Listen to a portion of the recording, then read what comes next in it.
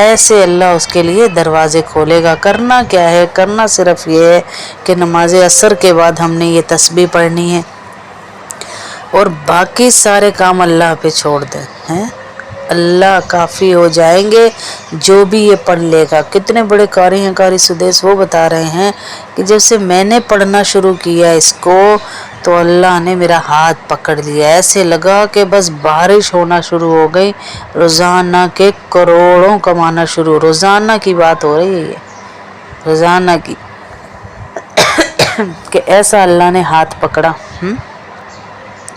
ہمارا اصل میں یقین کمزور ہو گیا ہے، یقین کی کمزوری کی وجہ سے ہمیں بینک سے تو ہوتا ہوا نظر آ رہا ہے، کمیٹیوں بیسیوں سے تو ہوتا ہوا نظر آ رہا ہے، پر اللہ سے ہوتا ہوا نظر ہی نہیں آ رہا۔ ہمارا مسئلہ یہ ہو رہا ہے، ہمیں اللہ سے ہوتا ہوا نظر نہیں آ رہا، ہمیں ہر چیز سے کام بنتے ہوئے نظر آ رہے ہیں لیکن اللہ سے ہوتا ہوا نظر نہیں آ رہا۔ اس ایمان کی کمزوری کو دور کرنے کے لیے عمل کرنا ہے انشاءاللہ ہم نے عصر کے بعد۔ حاسدین کے حسد سے بھی اللہ حفاظت فرمائے گا، شریر لوگ جو آپ کے کاروبار میں آپ کے نظر لگا دیتے ہیں، آپ کے کام کو ہونے نہیں دیتے، ان سے بھی اللہ حفاظت فرمائے گا۔ صرف ہم نے یہ تسبیح، متعدد تسبیح میں بتا چکی جو اللہ کے نبی صلی اللہ علیہ وسلم نے کہیں۔ کتنی دفعہ اللہ کے نبی نے کہا بھائی نماز ادا کرو، گھر میں برکت اسی سے آئے گی، پھر کہا بھائی سورہ اخلاص کی پابندی کرو، برکت اسی سے آئے گی، گھر میں داخل ہو تو سلام کرو، سورہ اخلاص پڑھو، درود شریف پڑھو، تمہارے اڑوس پڑوس سے بھی اللہ غربت ختم کر دے گا۔ یہ بھی اعمال آپ کو بتا چکی میں، لیکن آج جو عمل بتانے لگی ہوں انتہائی آسان، ہر عورت ہر بچہ کر سکتا ہے۔ پیٹ میں درد ہو تو دوائی سارے کھاتے ہیں نا جی، اگر ہمارے گھر میں رزق کی تنگی ہے، غربت ہے، تو ہم سارے کریں گے یہ عمل انشاءاللہ۔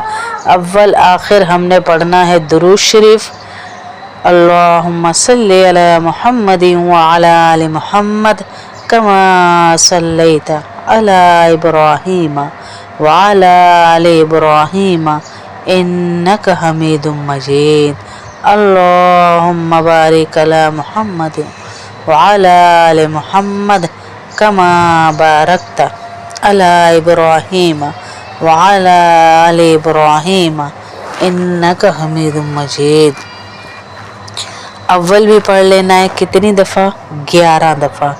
اور جب ہم یہ اللہ کا نام پڑھ لیں گے، یا رحمان یا رحیم، یا رحمان یا رحیم، یا رحمان یا رحیم، یہ ہم نے پڑھنا ہے کم از کم 500 دفعہ یا پھر 100 دفعہ۔ ہر نماز کے بعد 100 دفعہ پڑھ لیں آپ، یا پھر عصر کی نماز کے بعد 500 دفعہ پڑھ لیں آپ، دونوں طریقے ٹھیک ہیں۔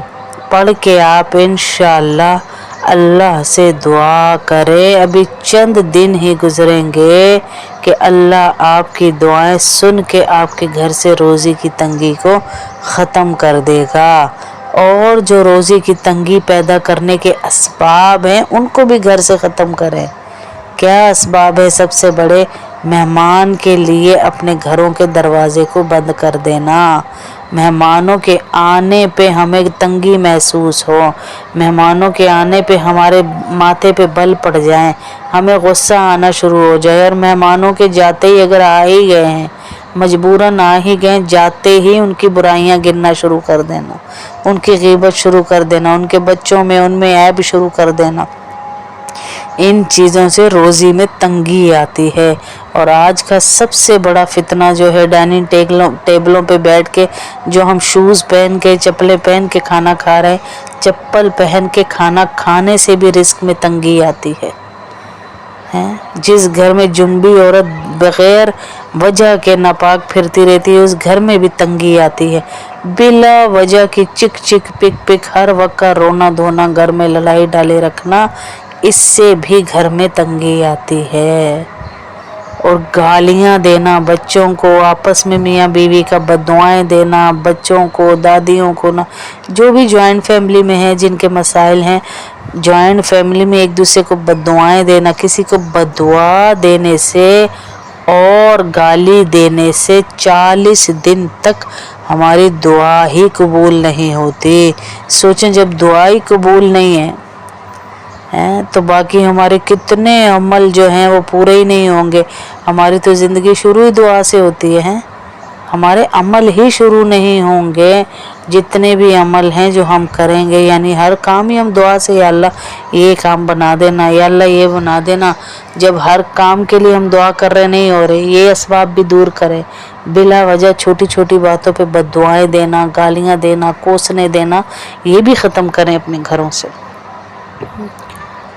بلا وجہ ایک دوسرے کے ساتھ ہر وقت کی بحث مباحثہ، ہر وقت کی ضد لگا کے رکھنا، اس کو بھی ختم کریں تاکہ روزی کے اسباب کھلے انشاءاللہ.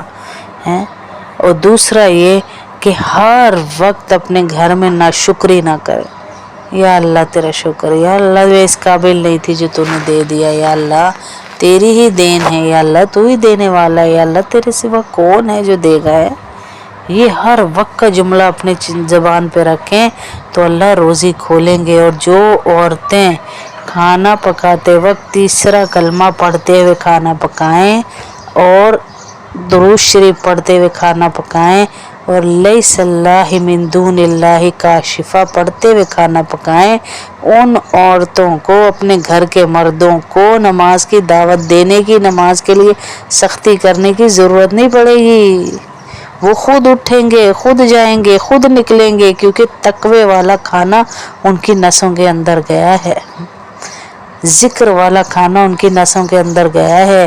آج جو ہم آرڈر کر کر کے کھلا رہے ناپاک ہاتھوں سے، کانوں میں ٹوٹیاں لگا کے گانے گاتے ہوئے وہ جنک فوڈ بنا کر آپ کے پاس پھینک رہے ہیں، وہی کھا رہے، دل سخت ہو رہے، نمازیں ادا نہیں ہو رہی، گھر میں سے روزی کی برکت جا رہی ہے. گھروں میں عورتیں دعاؤں کا اہتمام کریں. پہلے ہمارے بزرگ خانسامہ ایسے نہیں رکھتے تھے جو بے نمازی ہوتے تھے. اب تو عورتیں نماز نہیں پڑھتی، مرد نہیں پڑھتے، بچے نہیں پڑھتے، تو کہاں سے برکتیں آئیں گی؟ جو کھانا اندر جا رہا ہے وہ زہر بنتا جا رہا ہے، فوڈ پوائزن ہو رہا ہے، معدے خراب ہو رہے ہیں، منہ پہ دانے آ رہے ہیں، کیا کیا بیماریاں نکل رہی ہیں. اللہ کے ذکر والا کھانا بنوائیں، اللہ کے ذکر کے ساتھ بنائیں. پانی پیتے ہوئے فرما رہے ہیں جو بندہ سورہ جیسے ہم ٹیب کھولا ہے، گلاس بھرتے تک جتنی دفعہ سورہ فاتحہ پڑھ سکے پڑھ کے دم کر کے پی لے، اس انسان کو کینسر نہیں ہوگا، کوئی چھوٹی بڑی بیماری اس کی نسوں میں ہوگی نہیں، اس کے جسم میں آئے گی نہیں، کیونکہ اللہ نے کہہ دیا جی سورہ فاتحہ میں شفا ہے. اعمال وہ کریں جن سے برکات آئیں. مال کا مطلب کیا ہے؟ مال آجا آجا مال آ. ہمارے اعمال اوپر چڑھ رہے، اس کے حساب سے ہمارا مال نیچے اتر رہا ہے. جیسے فیکٹری میں ہم جتنا کام کر رہے ہیں اتنا ہمیں تنخواہ مل رہی ہے، تھوڑا زیادہ کر رہے ہیں بونس مل رہا ہے، تھوڑا زیادہ کر رہے ہیں کمیشن مل رہا ہے. ایسے ہی اوپر اعمال چڑھ رہے، نیچے ہمارا مال اللہ اتار رہا ہے. ہمارا اعمال اوپر اچھے جائیں گے تو اللہ ہمارے لیے مال نیچے اچھا اتارے گا، برکت والا. اور اللہ کی کیا ہی کہنے کہ وہ 1 روپے میں 1 لاکھ کی برکت دے دے ہیں، ہمارے کاموں کو سمیٹ دے وہ.